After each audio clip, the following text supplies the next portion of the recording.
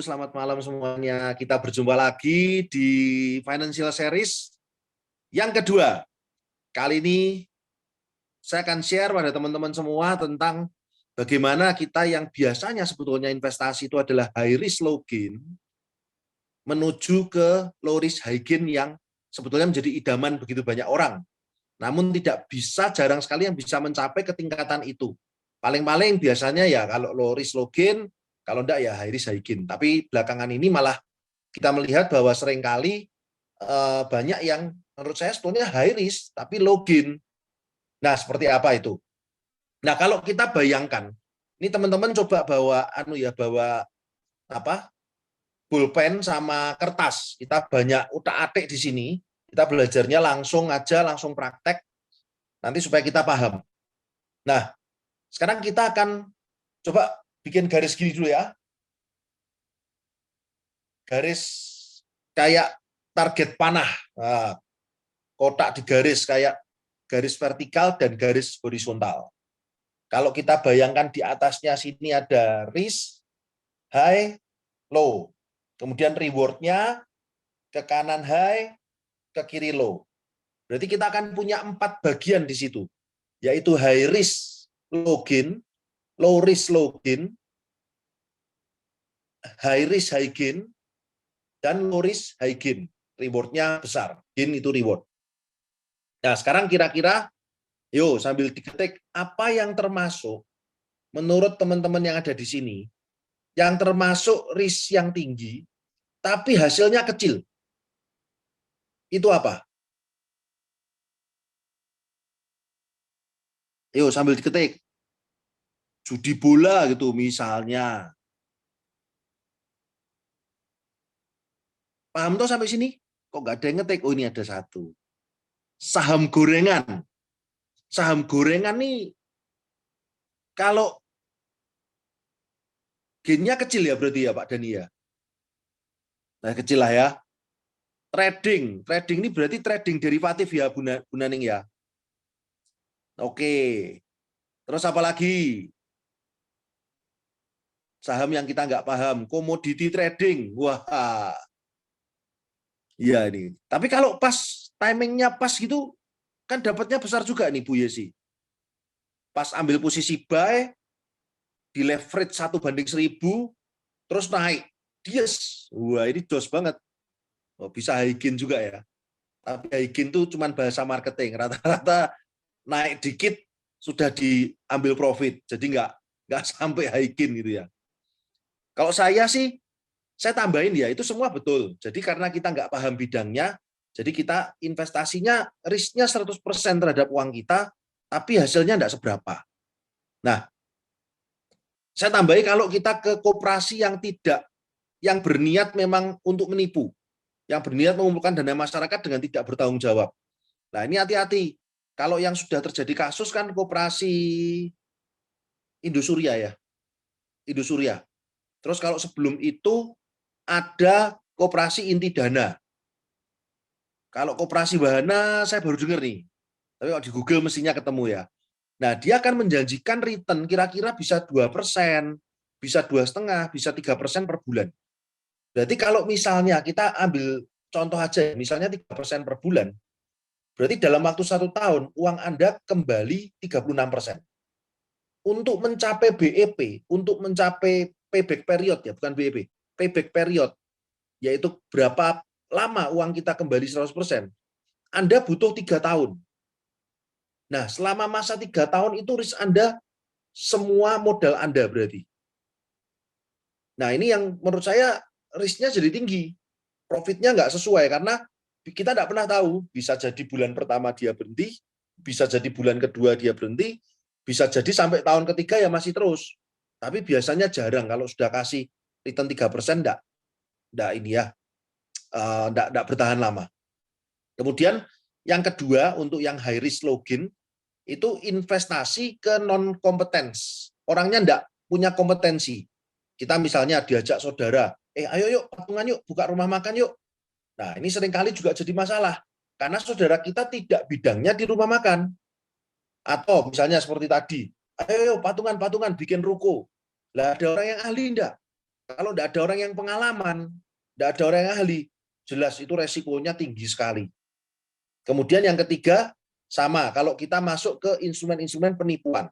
Ini seperti yang sudah dibahas di seri 1, penipuan ada berapa macam, itu nanti bisa dilihat di sana.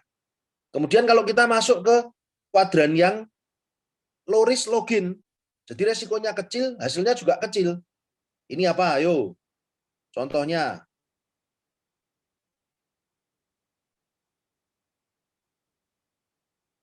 Apa? Deposito ya. Deposito kan kecil sekali ya, setahun dapat berapa? 3% masih potong pajak 20% ya. Terus reksadana pasar uang ini juga kecil. Terus government bond itu juga rendah ya. Kemudian kita juga bisa investasi ke company yang sudah mature. Yang sudah mature, kemudian declining, bisa jadi seperti Unilever. Kemudian kita berinvestasi untuk dividen, itu juga hasilnya juga secara resiko juga kecil, tapi secara gain juga kecil. Nah, sekarang kalau yang high risk, high gain, ini menurut teman-teman apa yang high risk, high gain ini? Ayo kita ketik di kolom chat.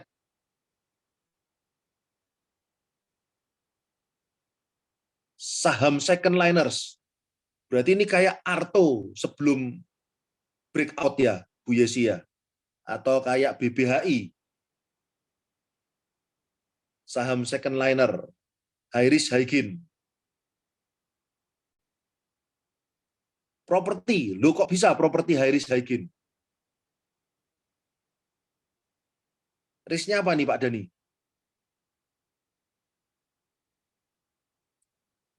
Kalau saya di sini bergantung pasar ya. Tapi kalau bisa beli properti di bawah harga pasar ya bisa untung duluan ya.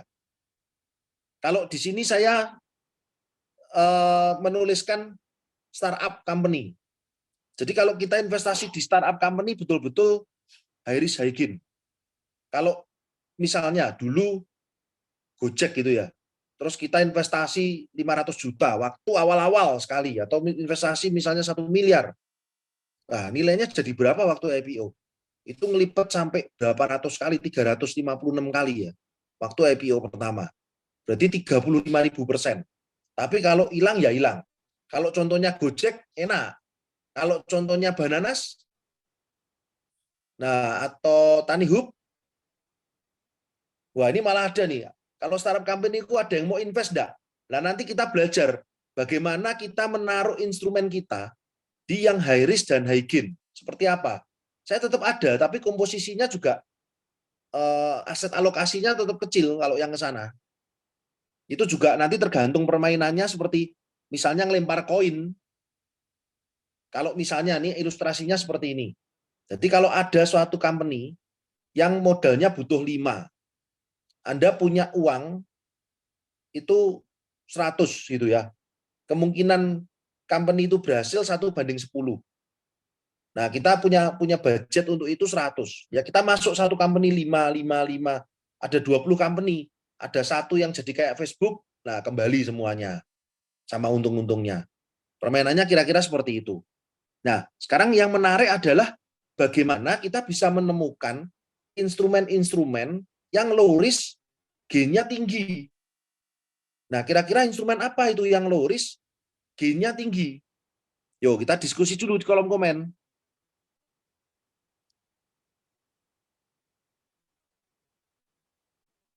Siapa tahu ada yang properti under value gitu ya.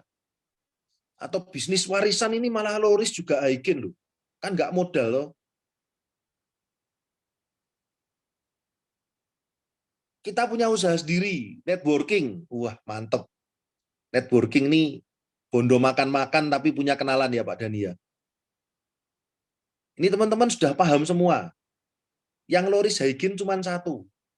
Yang kita bisa kontrol diri kita sendiri dan yang kita punya pengetahuan terhadap itu.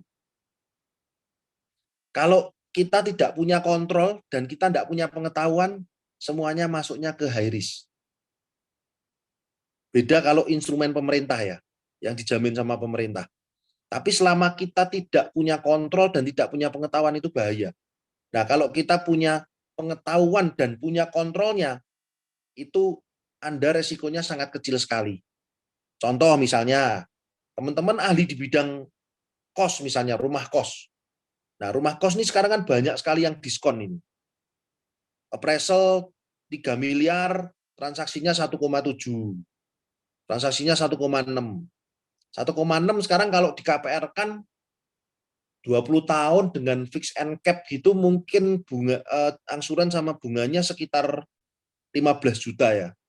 Kalau kita tahu permainannya, propertinya bisa menghasilkan net 30 juta, kan enak. Nggak pakai modal, masih ada cashback-nya, kemudian masih tiap bulan masih ada sisanya. Nah, itu risk-nya akan kecil, reward-nya tinggi. Itu bisa seperti itu. Atau misalnya, sama nih, kita punya bisnis yang memang kita kontrol sendiri, seperti kata Bu Yes ini, betul sekali. Kita kadang bisa utang ke supplier, dijual dulu, kemudian cash flow-nya dapat, mungkin bisa di deposito yang harian, setelah itu buat untuk bayar supplier. Tapi kita in control, kita tahu marketnya, kita tahu channel distribusinya, kita tahu kulaan barangnya di mana. Nah, kita memang harus bisa melakukan itu. Nah, sekarang pertanyaan selanjutnya, bagi teman-teman yang memang punya usaha sendiri bisa low risk high gain. Tapi kalau bagi teman-teman yang meniti jalur profesional, caranya bagaimana? Ayo, caranya bagaimana ini?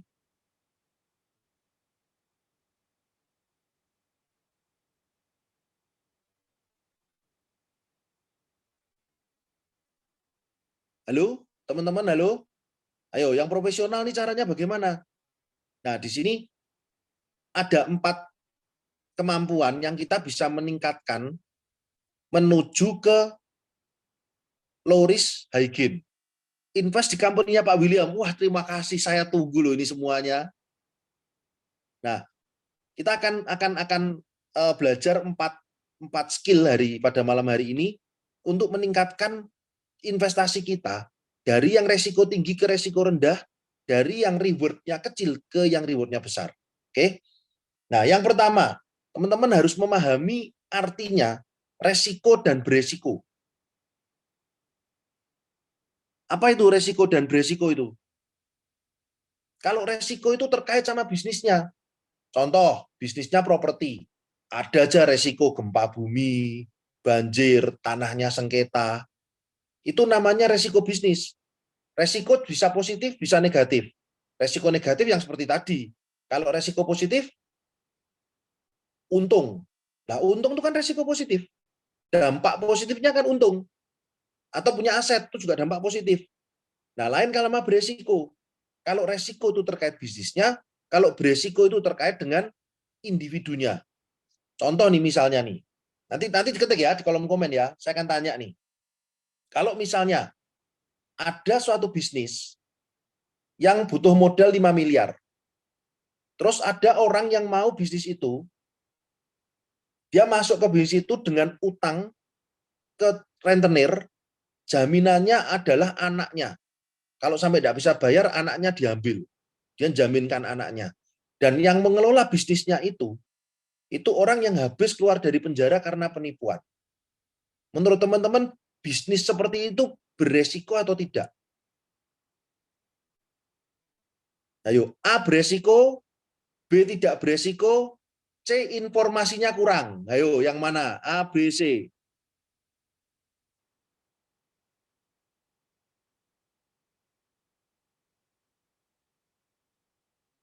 Beresiko gitu ya. Nah, modalnya 5 miliar rupiah. Kalau ternyata kita sampai menjaminkan anak kita, itu jelas bisnis seperti itu sangat-sangat berisiko. Karena ketika terjadi hal-hal yang tidak diinginkan, itu merubah keseluruhan hidup kita. Itu namanya beresiko tinggi terhadap individu yang melakukan. Misalnya yang tadi berarti menjaminkan anaknya. Tapi misalnya yang melakukan itu Hartono Brothers. Wah, pemiliknya Jarum. Beresiko enggak? Enggak. Kehilangan 5 miliar rupiah enggak ada rasanya. Enggak kelihatan saldonya juga dia. Kekayaannya 300 triliun. Hilang 5 miliar ya sudah. Sama sekali tidak akan merubah gaya hidupnya dia sedikit pun. Nah, ini adalah perbedaan antara resiko dan beresiko. Jadi teman-teman harus paham, Resiko bisnisnya apa? Itu kita harus paham. Kemudian ketika kita masuk, beresiko enggak sama kehidupan kita? Nah, kalau yang beresiko sama kehidupan kita sih, ya sudah enggak kita kontrol. Beresiko untuk memengaruhi gaya hidup kita. Seringkali orang yang salah itu adalah mereka mengejar uang yang tidak mereka butuhkan, akhirnya kehilangan apa yang mereka sudah punya. Contoh nih misalnya, orang sudah punya 200 miliar, terus dia ngotot ngerjain tambang misalnya, supaya 200 miliar itu bisa jadi 500 miliar. Kalau setahu saya orang punya aset 200 miliar sama orang punya aset 500 miliar, gaya hidupnya nggak beda jauh, sama itu gaya hidupnya. Lain kalau orang punya 1 M sama 10 M gitu ya, gaya hidupnya beda itu. Tapi kalau udah 200 sama 500, gaya hidupnya sudah sama. Nah, dia ngejar itu ternyata malah bermasalah. Atau yang lagi viral, orang Semarang ya, ngejar berapa itu, kena diinti dana, akhirnya kena kasus korupsi Kejagung ya, suap Kejaksaan Agung, masuk penjara. Ngejar uang berapa? 35 mungkin, 35 miliar mungkin. Atau berapa? 43. Nah, ini orang-orang ini enggak kerasa, hilang 43 sebetulnya enggak apa-apa. Tapi ngejar itu supaya enggak hilang, malah jadi bermasalah. Nah, ini yang skill yang pertama kita harus tahu dulu. Resikonya apa? Kemudian beresiko enggak untuk kita. Oke. Sekarang setelah itu kita akan masuk ke skill yang nomor 2. Gampang skill yang nomor 2 itu. Kita punya kontrol enggak terhadap keuangan di instrumen yang kita mau masuk. Bisa jadi kenapa kok para venture capital atau private equity dia mau invest miliaran dolar, ratusan juta dolar. Karena dia naruh CFO itu perjanjiannya. Dia naruh orang finance di perusahaan itu. Yang sama-sama dikontrol bersama. Itu dia mau kontrol, walaupun dari sisi finance. Nah, sekarang kalau kita tidak memiliki kontrol, kita harus punya skill yang nomor 3. Yaitu apa? Kita harus memahami betul permainannya. Setelah memahami betul permainannya, nah kita harus bisa nanti selanjutnya ngitung statistiknya. Ini masih masuk nomor 3 ya. Jadi yang pertama tadi pahami resiko dan beresiko, bedanya apa? Kemudian kita punya kontrol atau tidak, dan yang selanjutnya kita mesti memahami permainannya. Permainannya ini masuk akal enggak? Kita harus betul-betul paham permainan ini permainan apa. Anda dapat duitnya dari mana? Kalau rugi-ruginya resikonya seperti apa? Kok bisa loss tuh loss-nya seperti apa? Nah, ini yang perlu kita perhatikan. Kemudian skill yang nomor 4, nah, teman-teman mesti bisa, nah ini nanti kita langsung praktek aja, harus bisa membaca dan mengevaluasi laporan keuangan secara sederhana. Karena nanti akan ada banyak proposal. Nah, kalau kita bisa membaca laporan keuangan ini secara sederhana, ini langsung tahu, oh ini laporan keuangan ini masuk akal, oh ini tidak masuk akal. Itu dalam 5 menit tuh teman-teman langsung ngerti, langsung aware. Ini bahaya. Oh, ini masuk akal. Nah, caranya seperti apa? Melihat laporan keuangan itu. Yo, sekarang kita langsung aja. Nah, yang 1 sampai 3 ada yang mau ditanyakan enggak nih? Sebelum kita langsung tanya jawab aja. Untuk yang nomor 4, kita belajar bareng.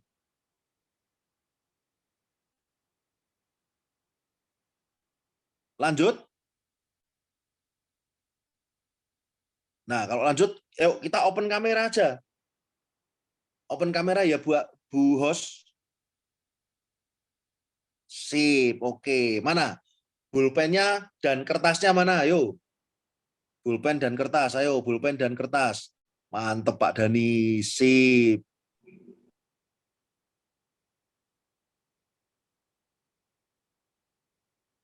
Oke. Kalau di laporan keuangan, yang atas sendiri apa? Ayo, biasanya. Kita open mic aja ya. Langsung enak, langsung tanya jawab, langsung beres.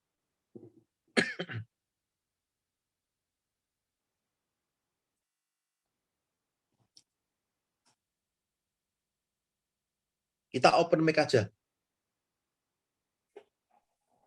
Ya. Kalau di laporan keuangan tuh atas sendiri apa isinya?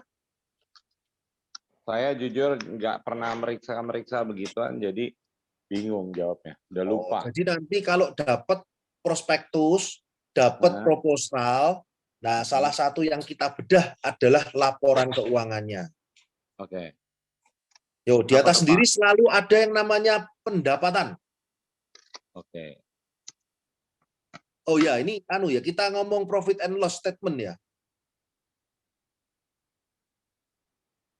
Kita lihat dulu contohnya.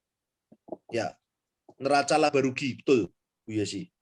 Kita lihat dari profit and loss statement dulu. Setelah pendapatan, ini secara basic ya, dipotong dengan, ya itu nanti ada diskon penjualan lah, ada pendapatan lain-lain lah, pendapatan produk ABC, itu kita ringkes jadi satu yang namanya pendapatan.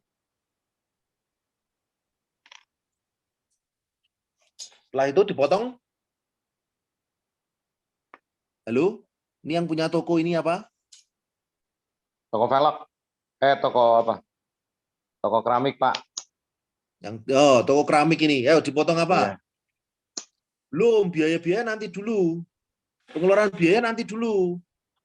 Itu Ini kan kita analisanya nanti step selanjutnya. Tapi yang pertama dipotong HPP dulu, teman-teman. Pajak. Ya.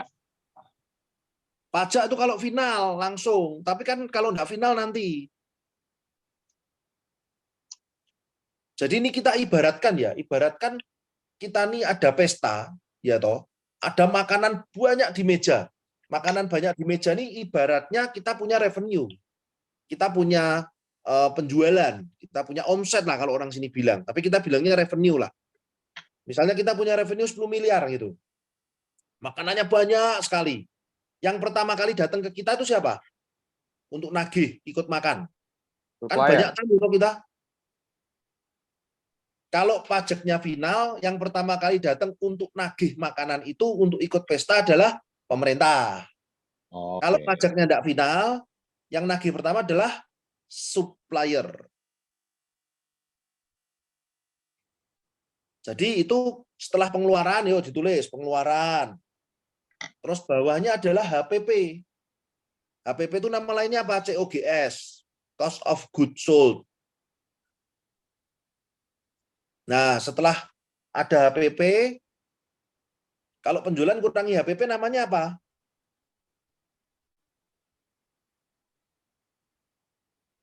Ayo ini yang punya usaha. Ini penting. Ini kalau teman-teman bisa melakukan ini dengan baik, Anda akan punya strategi eksekusi dan keputusan yang jauh lebih baik daripada kompetitor-kompetitor Anda. Ada yang jawab harga bruto tuh, Pak. Harga bruto. Oke, Iya. kalau bahasa biasanya sih namanya gross profit. Profit kotor. Jadi penjualan dikurangi HPP atau COGS, namanya profit kotor. Oke. Nah, profit kotor ini dari teman-teman yang punya bisnis maupun yang menganalisa bisnis, targetnya berapa persen? Gross marginnya harus di angka berapa persen?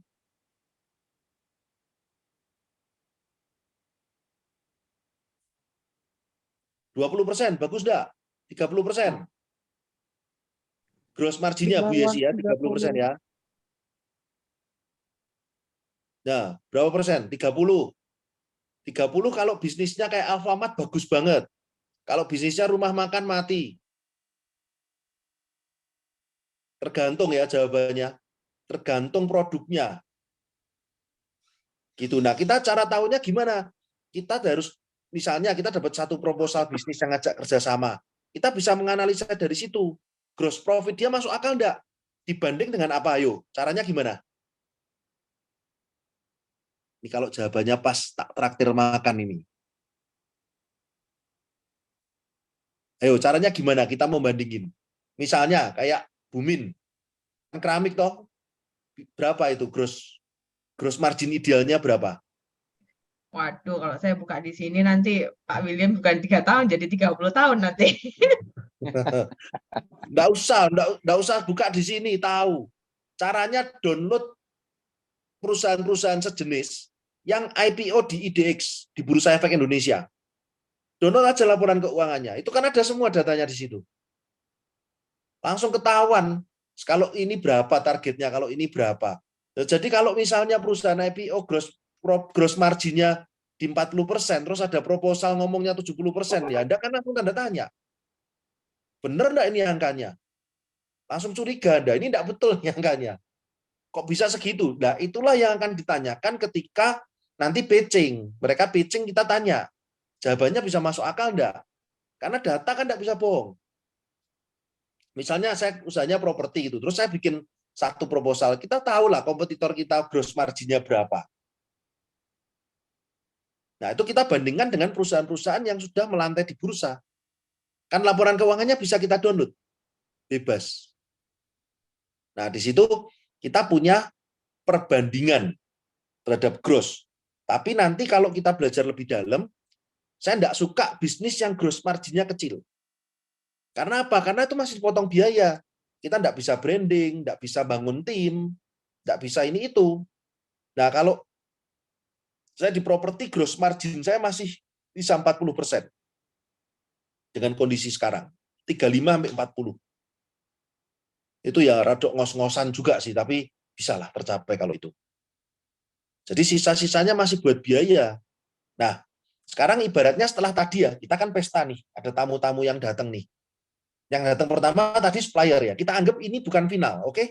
Kita anggap ini yang kena 22% untuk pajak bisnis. Jadi yang datang pertama adalah supplier. Kita namakan gross profit. Nah, setelah gross profit kita potong dengan biaya-biaya baru ya. Biaya-biaya kan biaya gaji, listrik, overhead, kemudian ada depresiasi dan amortisasi. Nah, setelah keluar biaya-biaya overhead, itu kan ibaratnya setelah tamu-tamu supplier tadi makan, mereka pulang, yang makan selanjutnya siapa? Karyawan loh. Yang makan selanjutnya karyawan. Wah, ini sudah pada gajian belum? Gitu ya. Terus kalau sudah selesai makan, makasih ya bos, pulang dulu. Bulan depan saya datang lagi untuk makan lagi, kan seperti itu. Nah, kemudian kalau nanti dari gross profit, kita potong biaya-biaya, kita potong OPEX ya, kalau kita bilang operational expenditure. Itu namanya apa setelah itu? Bahasanya adalah laba operasional. Laba operasional nanti kalau lebih dalam lagi, sebetulnya itu tidak langsung dipotong OPEX keseluruhan, tapi dikeluarkan depresiasi dan amortisasinya. Itu namanya EBITDA. EBITDA. Earning before interest tax, depreciation and amortization. Nah, disitulah titik kita tahu perusahaan itu bleeding atau enggak. Nah, tentunya ketika teman-teman ingin berinvestasi, teman-teman harus berinvestasi ke orang yang kira-kira ownernya tuh paham enggak sama beginian. Kalau ownernya enggak paham sama beginian, pertanyaannya cuma satu. Caranya dia ambil keputusan berdasarkan apa ini? Feeling, betul enggak? Nah, mau enggak uang Anda diputuskan berdasarkan feeling? Pertanyaannya kan seperti itu terus selanjutnya. Nah, kalau nanti kita tahu itu EBITDA-nya positif, berarti ketika kita invest, kita nggak diminta-minta lagi. Harus store modal lagi nih, uangnya kurang nih. Harus tambah nih, kurang, bleeding, tidak ada buat gajian. Karena EBITDA-nya masih minus. Nah, titik break even itu biasanya kalau untuk startup, itu sampai EBITDA-nya 0. EBITDA-nya plus 1, gitulah. Bahasanya plus 1 rupiah. Nah, nanti kalau setelah EBITDA, baru dimasukkan depresiasi sama amortisasinya. Itu ketemu yang namanya laba operasional nanti. Atau EBIT, earning before interest and tax. Setelah itu baru ketemu yang EBT, earning before tax.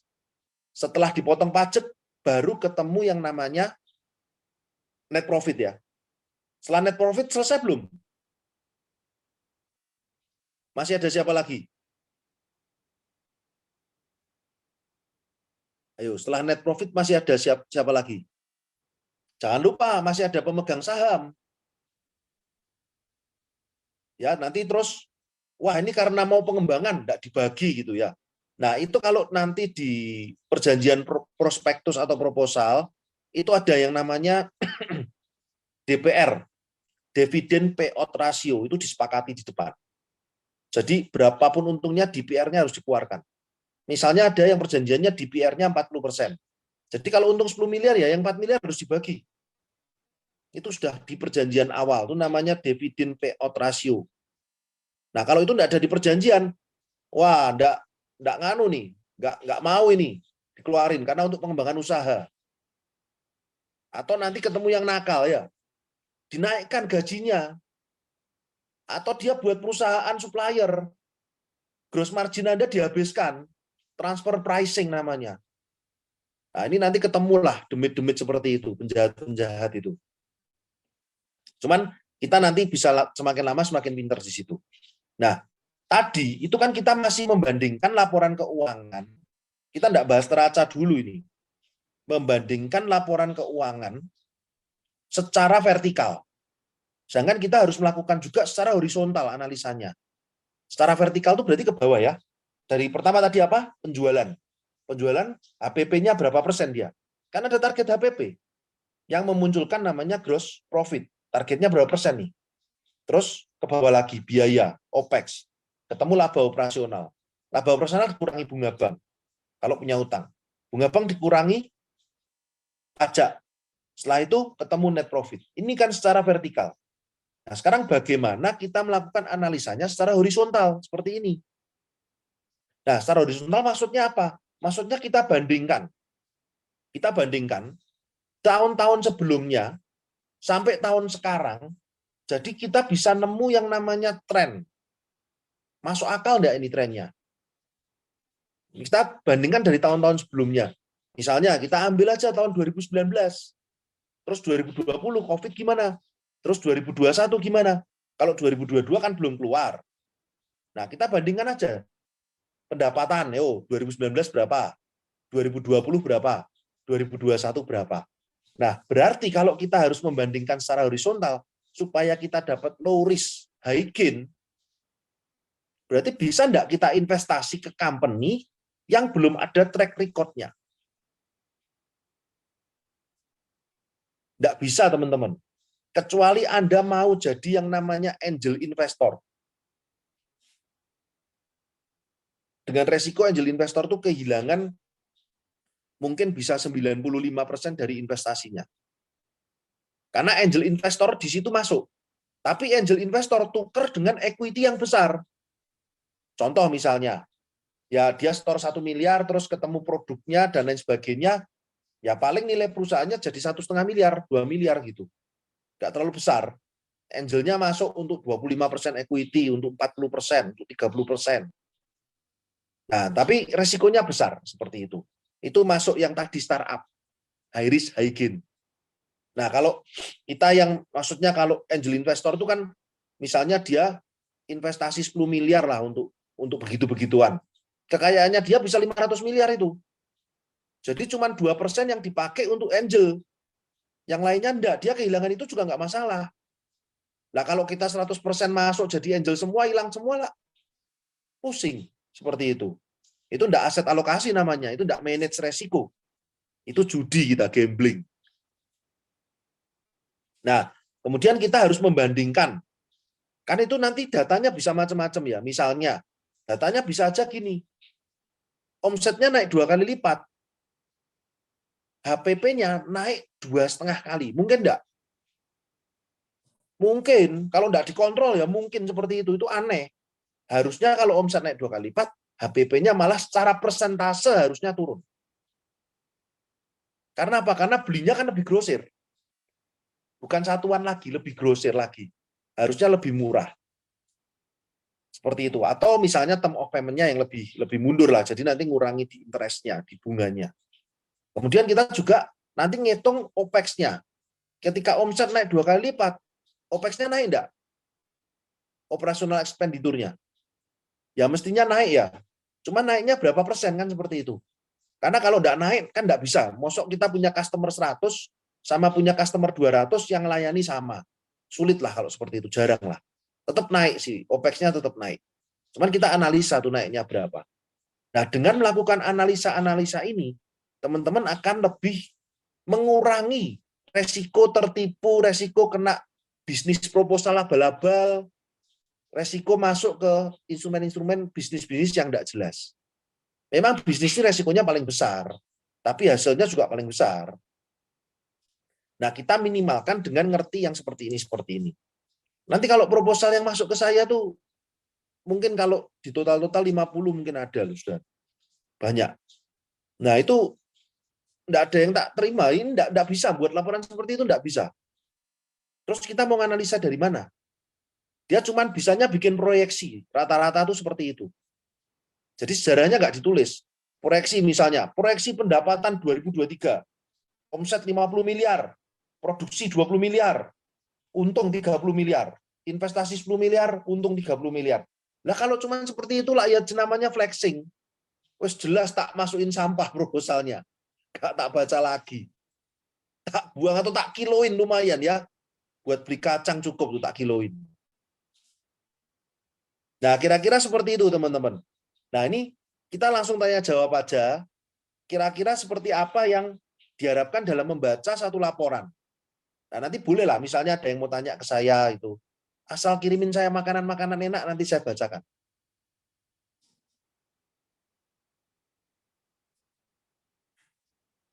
Ayo, silahkan. Kira-kira seperti itu sih, baca laporan sederhana lah. Nah, nanti yang next kita akan teliti tentang neraca. Berapa agio saham yang dia jual? Loh, apa itu agio saham?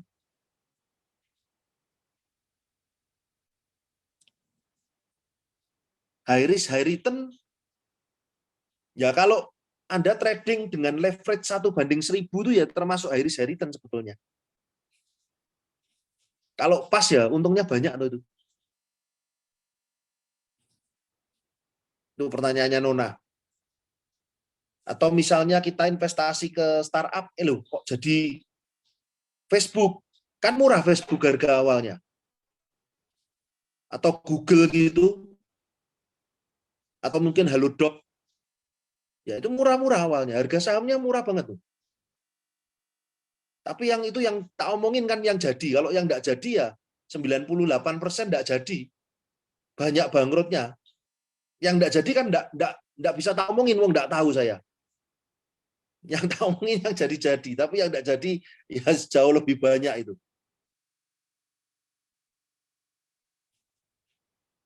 Nah, yuk, ini teman-teman yang dapat penawaran sudah melakukan analisa ini Pak belum? Dapat penawaran investasi.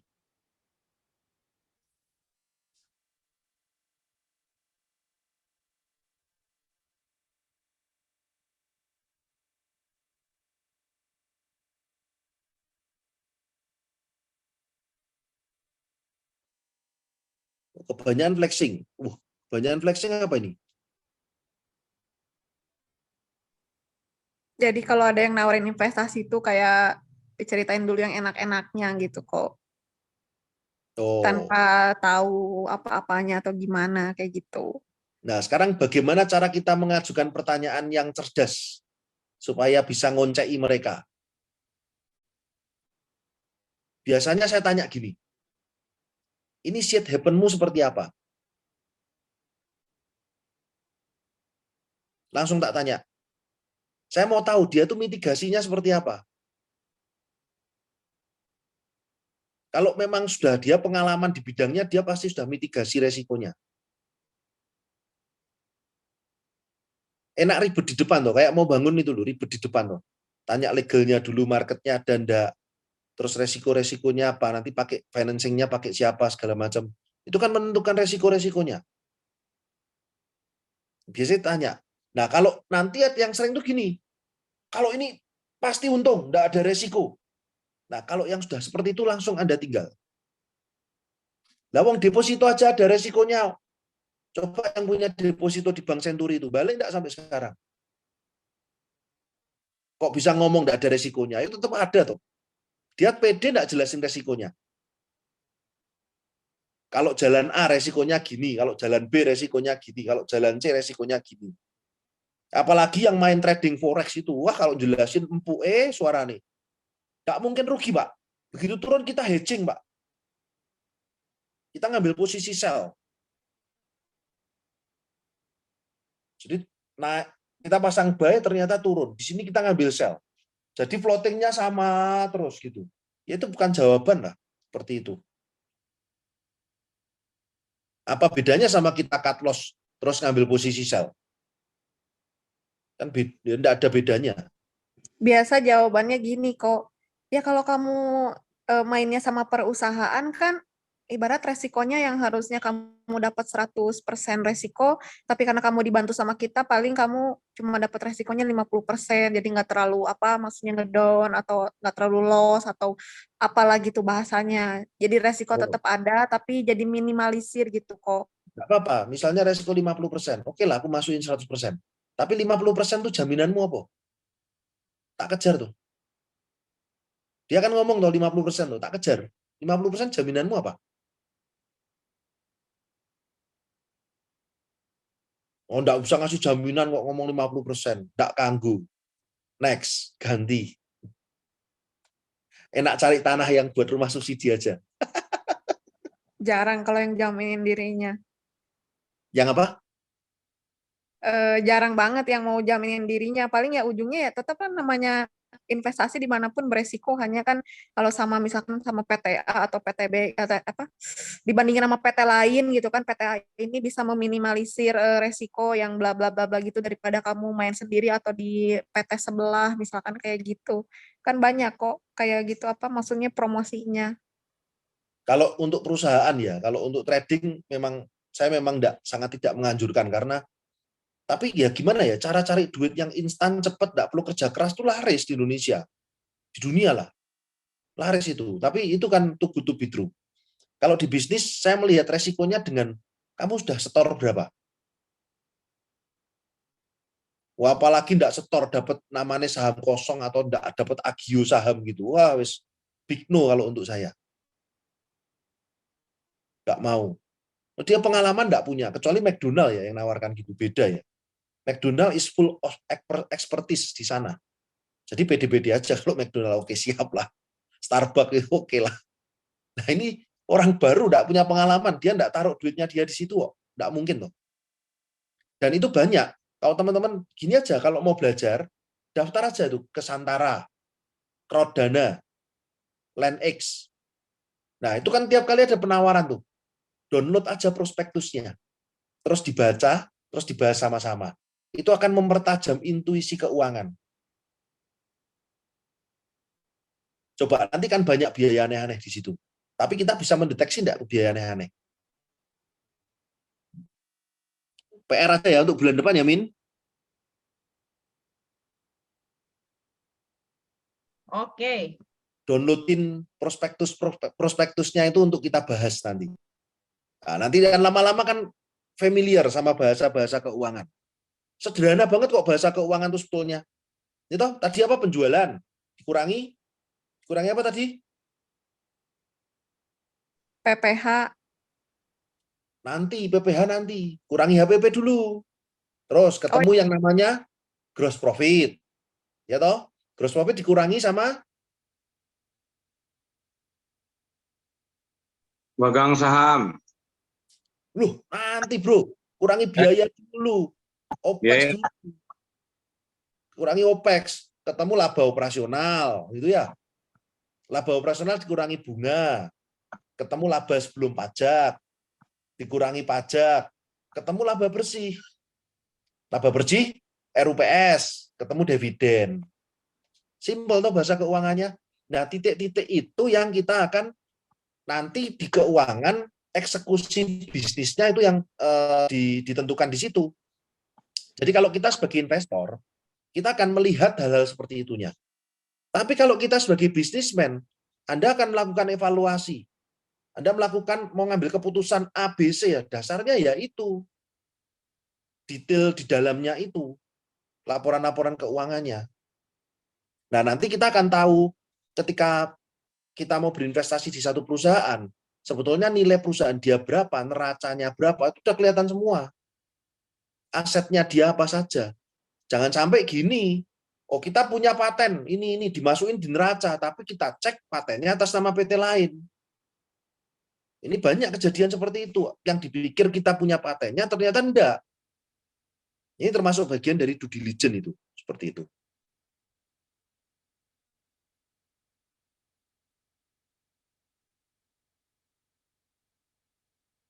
Nah, simple toh mesti ini toh. Nah, kita nanti latihan ya, di-download. Boleh, silakan langsung aja Bu Yesi. Langsung aja di open mic ya, boleh kok. Enak malahan. Yes, langsung ngomong enggak apa-apa, yes. Aku kan ini ya punya usaha.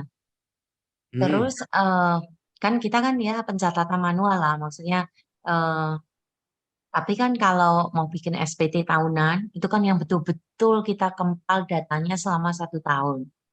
Ya. Nah, sebenarnya kalau dari segi bisnis kan pokoknya sampai waktu bayar SPT tahunan itu kita nombok kan gitu ya. Iya. Cok bayar KKN lah atau gimana gitu, atau kekurangan bayar gimana. Jadi kan kita punya buku besar, laporan keuangan, ini kan kita percayakan ke konsultan ya. Intinya wis ramuan, data kita bukan 2 pembukuan ya. Kalau zaman dulu kan banyak orang kan bikin 2 macam pembukuan. Kita enggak. Kita bikin pembukuannya itu benar. Nah, tapi nanti waktu mau ngeracik SPT tahunan, kita percayakan ke konsultan yang kita percaya lebih ahli dari kita, itu kan tahu ya gimana ngitungnya apa, terus kos-kos lain dimasukno semua, supaya kan tujuannya pajak itu kan jadi mengecil. Betul ya. Nah, terus itu kan ya aku rasa kan normal business practice ya yang terjadi di mana-mana. Nah, tapi sejak berapa tahun belakangan kita mengenal sistem startup di Indonesia, otomatis kan kita juga berangan-angan ya. Aduh, suatu hari kalau perusahaan kita bisa ya untuk kita tawarkan ke investor atau gimana. Tapi kan kita ya bingung ya. Yang tadinya kita berusaha untuk bikin cost lain-lain masuk supaya pajaknya tidak nombok banyak-banyak, ya toh. Tiba-tiba kan kita kan berusaha dalam tanda kutip ya. Itu salah titik ya. Ini sebenarnya ini investor perusahaan ini cukup apik loh, cukup signifikan. Terus angin dilebih-lebih supaya ya pajak enggak cari-cari gimana gitu. Itu kalau sudah kejadiannya seperti ini gimana ya Pak William ya? Apa memang harus dibenahi dari sekarang? Wis lah totalan pajak ya, totalan pajak yang benar dari sekarang. Maksudnya pajak kan kita udah benar bayar setiap bulan benar ya. Cuman kan kadang tahunannya kok kalau profitnya terlalu tinggi kan juga nggak bagus juga kan ya. Happy problem, Bu. Gimana itu? Kalau boleh tahu, ini pertanyaannya dahsyat ini. Itu bisnisnya bidang apa? Saya terus terang kan suppliernya supermarket ya. Supplier untuk bahan pangan ya atau apa?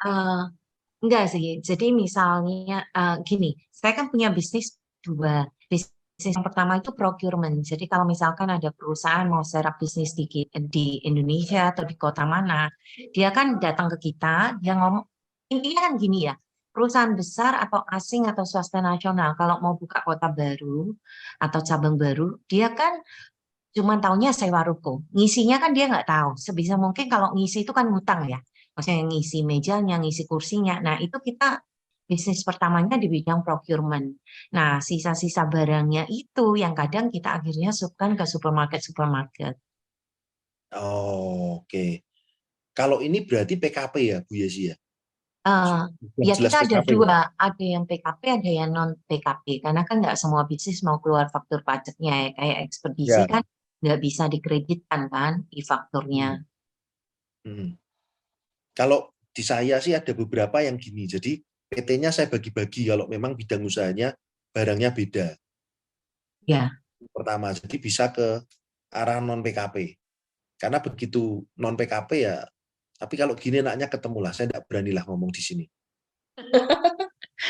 Kalau non PKP kan final 0,5%, kan lain perlakuannya. Pencaratannya pun kan berbeda. Beban-bebannya pun kan beda. beban-bebannya sekecil mungkin, kan intinya kan seperti itu. Jadi Iya. dividennya diinvestasikan lagi juga pajaknya 0%. Seperti itu. Ini kamu kalau mau jawab aku close dulu aja. Aku stop dulu. Oh iya, cocok lah.